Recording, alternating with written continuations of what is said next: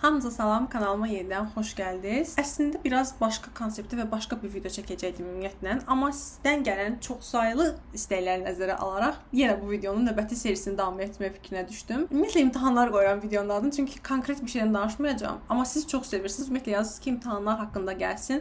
Onun üçün də tək ki, mən də sizə demişəm ki, siz istədiyiniz şeylər olacaq. İmtahanlar serisi part bilməm neçə davam eləyir. Yox demədən yenə davam eləmək lazımdır. Nə pis baş verib. Artıq onları düşünmədən yenə davam eləmək lazımdır. Bizimki davam eləməkdir. Hər zaman davam eləmək. Mən bugün sizə imtahanda sizə kömək eləyəcək əsas 2-3 dənə şey demək istəyirəm. Sizə burada qeydlər aparmışam çünki. Birinci dediyim heç vaxt demədiyim bir şeydir və biraz fərqli səslənə bilər, fərqli görünə bilər.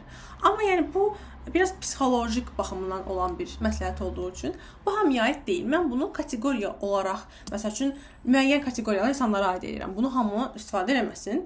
Əgər bu probleminiz varsa deyə istifadə edin. Nəsə çox danışdım. Bu arada kanala abunə olmağı unutmayın. Elə bu dəqiqə əgər izləyirsənsə aşağıda bir dənə abunə butonuna basaraq abunə ola bilərsən ki, hər zaman mən video qoyanda sənin qarşına çıxsın. Artıq abunə olmusansa da nə gözəl. Sadəcə videonu bəyənib və yaxud dostlarınla da paylaşa bilərsən.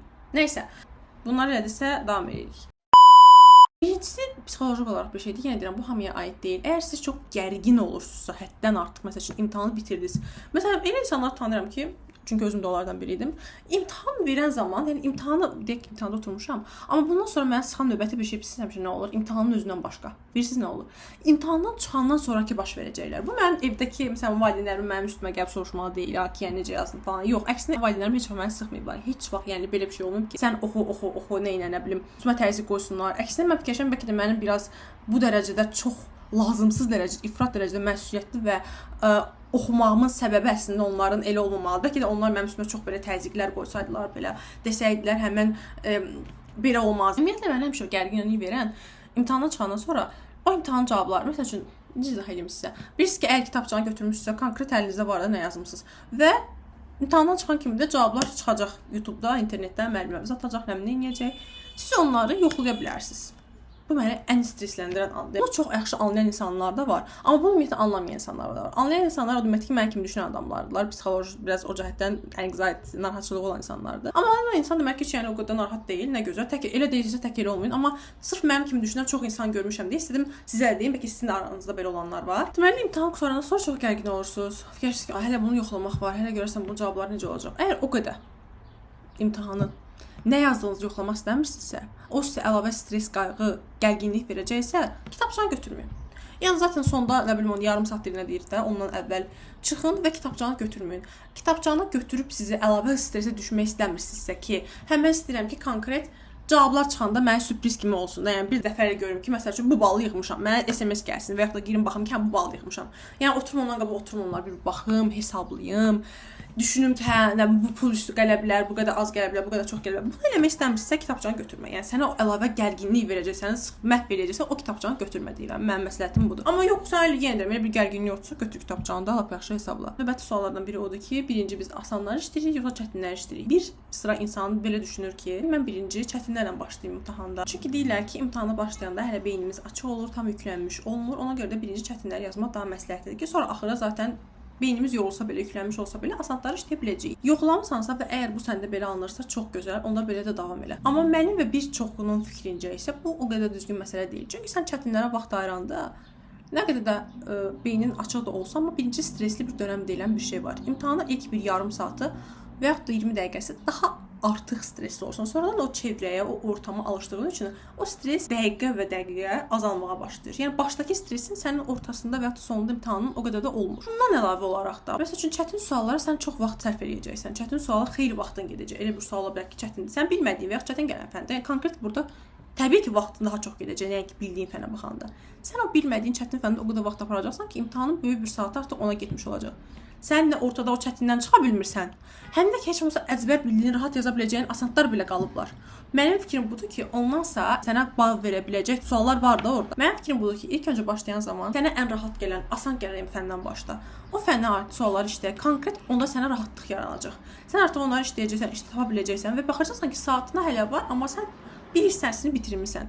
Yəni, sən çətin sonra növbəti sualları keçəndə də Amma yenə bir rahatlıq olacaqsan. Düşünəcəksən ki, mən bir suallarımı xeyrisini artıq yazmışam. Mənim bir sualım yoxdur. Mənim bu dəqiqə başımı sındırmağımın, beynimi burada çürütməyim gələn suallar məhz bunlar. Bunları işləməliyəm. Balım var, yəni nə qədərsə bal onsuz da var artıq məndə. Konkret artıq bal yığmışam orada. Növbəti bir sual mən həmişə gəlir. Yenə deyirəm, bugünkü videonu sizdən gələn suallarla cavablandırmışam. Yəni həmişə özüm məsləhətlər verirəm, öz başıma gələnləri danışıram və yaxud da konkret nələrsə deyirəm. Amma məhz bu video sizdən gələn suallardır. Yəni çox istədiyiniz üçün dedim ki, bir dənə sizdən gələn suallara sizə cavab olaraq bir video çəkeyim. Sonra ən çox verilən suallardan biri odur ki, bəs biz kodlaşdırmanı necə eləyək? Kodlaşdırmanı hər bir sual bitirəndən sonra eləyək, yoxsa bütün imtahanın axırında eləyək? Elə adam var ki, məsəl üçün atıram, riyaziyyat işləyir, B variantı tapdı, ikinci sualı, gedir ikinci sualı B variantı kruqu keçir 3-3-ə. Mənə gəlir ki, bu qədər düzgün deyil. Və yaxud da elə adam var ki, bütün testlər hamısını qutarır, 3 dənə fənd üçündə, ən axırda gəlir kodlaşdırmağa ki, bəzən çox hallarda qarşılaşmışam, bu insanlar bunu çox təsvir olsun ki, çatdırıb kodlaşdıra bilmirlər. Çünki suallara o qədər vaxt qalır ki, odaqlanırlar ki, son 5-10 dəqiqəni sənin kodlaşdırmaya saxlayırlar. O da ya sürüşdürmələr olur, gərginlikdən, tələsməkdən, ya da ki, yəni çatmır. Ona görə mənim məsləhətim budur. Hər fənni bitirdikcə kodlaşdırma eləyir. Azərbaycan dilinin suallarını yazıb bitirdin, Azərbaycan dilini kodlaşdır. Riyaziyyatı bitirdin, riyaziyyatı kodlaşdır. İngilis dilini bitirdin, ingilis dilini kodlaşdır. Belə bir sual həmişə də verirlər ki, yaxşı bəs bilmədiyim suallar, axı məsələn bir fənni bitirmişəmsə, o deməkdir ki, bütün sualları yazmışam. Yox.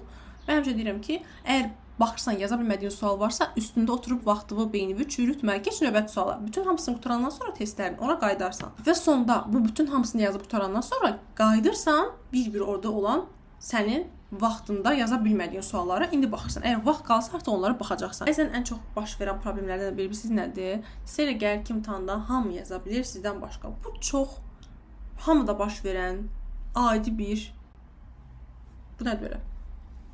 Adi bir şeydir. Yəni bu təkcə sizdə deyil. Bunu mən də yaşamışam. Mənə çoxlu yazan insanlar da yaşayıb. Psixologiyada belə bir şey var ki, siz bəzən ətrafınızı olduğu kimi yox, özünüzün, beyninizin sizə verdiyi kimi görürsünüz. Məsəl üçün, oturmuşsan imtahanın ilk dəqiqələridir, həm sualı yaza bilmirsən və sağa çönürsən, sola çönüb baxırsan ki, sanki hamı yazır, sanki hamı bilir. Yəni, təkcə problem sənsən, yəni belə bir beyninə bir şey gəlir ki, təkcə bir problem məndədir, burada nəsə var, mən bir dənə hazırlaşmamışam. Yəni, hamı, yəni, takka-tak, şaq-qaşaq yazır da, yəni, ruçka əlində, vərəq səsləri, vərəqləri çevirirlər. Hamı yazdı, hamı bacardı, hamı keçdi, bir dənə mən qaldım. Belə bir şey yoxdur. Sizə tam əminliklə deyə bilərəm ki, o düşündüyünüz insanlar belə özləri içində fikirləşirlər ki, ayda mən bunu yazan bilmirəm, cəmaata bax yazdı, qutardı, bir dənə mən qaldım. Belə bir şey yoxdur, bacaracam, zaten oxumuşam düşünün və heç zaman ən əsas məsələ heç vaxt motivasiyadan düşməyin. Ən çətin dəqiqədə, ən çətin zamanda, ən çətin sualda, ən son dəqiqədə belə motivasiyadan düşməyin. Elə adam var 5 dəqiqə qalıb deyir ki, daha yoxsa çatmadı da, yəni yox. Düşün, yenə də düşün. Vaz keçmə, sona qədər, axırına qədər, o vərəq qoy sənin əlindən tapana qədər düşün. Çünki bəlkə o sualın cavabını konkret orada tapa bilərsən. Heç vaxt məndə alınmaz deyib bir sualdan sonra motivasiyadan düşmə. Bu sual alınmayıb, bəlkə digər suallar hamısı su kimi gedəcək ki, gedəcək. İndi bu necə ola bilər ki, bu qədər əziyyətdən sonra, bu qədər çəkilən əziyyətdən sonra heç nə bacarmazsınız. Yəni Allah heç vaxt çəkilən həqiqətən əziyyətləri yerdə qoymur və mütləq dərəcədə sizə əminlə deyə bilərəm ki, o əziyyət çəkmisinizsə, orada onun faydasını görəcəksiniz. Yəni bu qədər vaxt ayırıb bunu oxumusunuz, eləmisiniz. Nəyə görə orada yaza bilməyəsiniz? Orada da düşən şeylər zaten oxuduğunuz şeylərdən düşəcək də.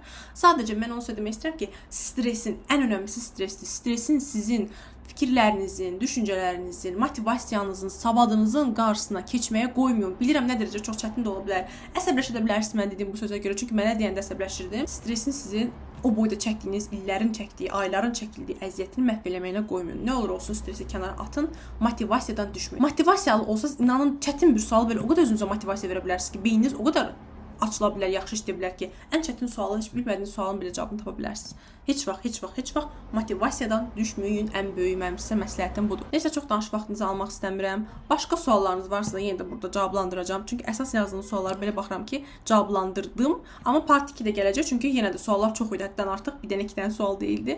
Part 2 də gələcək. Əgər sualınızı burada cavablandırmamışamsa narahat olmayın. Part 2-də cavablandıracağam və part 2-də ən tez zamanda 1-2 gün ərzində yükləyəcəm. Ona görə də elə nə edirsiniz bu dəqiqə? Gedirsiniz, abunə olmağı unutmursunuz. Və əsas məsələ, şərhlərdə nə tip video istəyirsiniz, onu da yazmağı unutmayın ki, növbəti videoda sizin istədiyiniz videonu çəkmiş olum. Hamınıza bol-bol şans, uğurlar arzu edirəm, sizə inanıram. Siz də özünüzə inanın. Hər şey istədiyiniz kimi olacaq, əmin ola bilərsiniz. Növbəti həftə daha maraqlı videoda görüşmək ümidi ilə. Hələlik.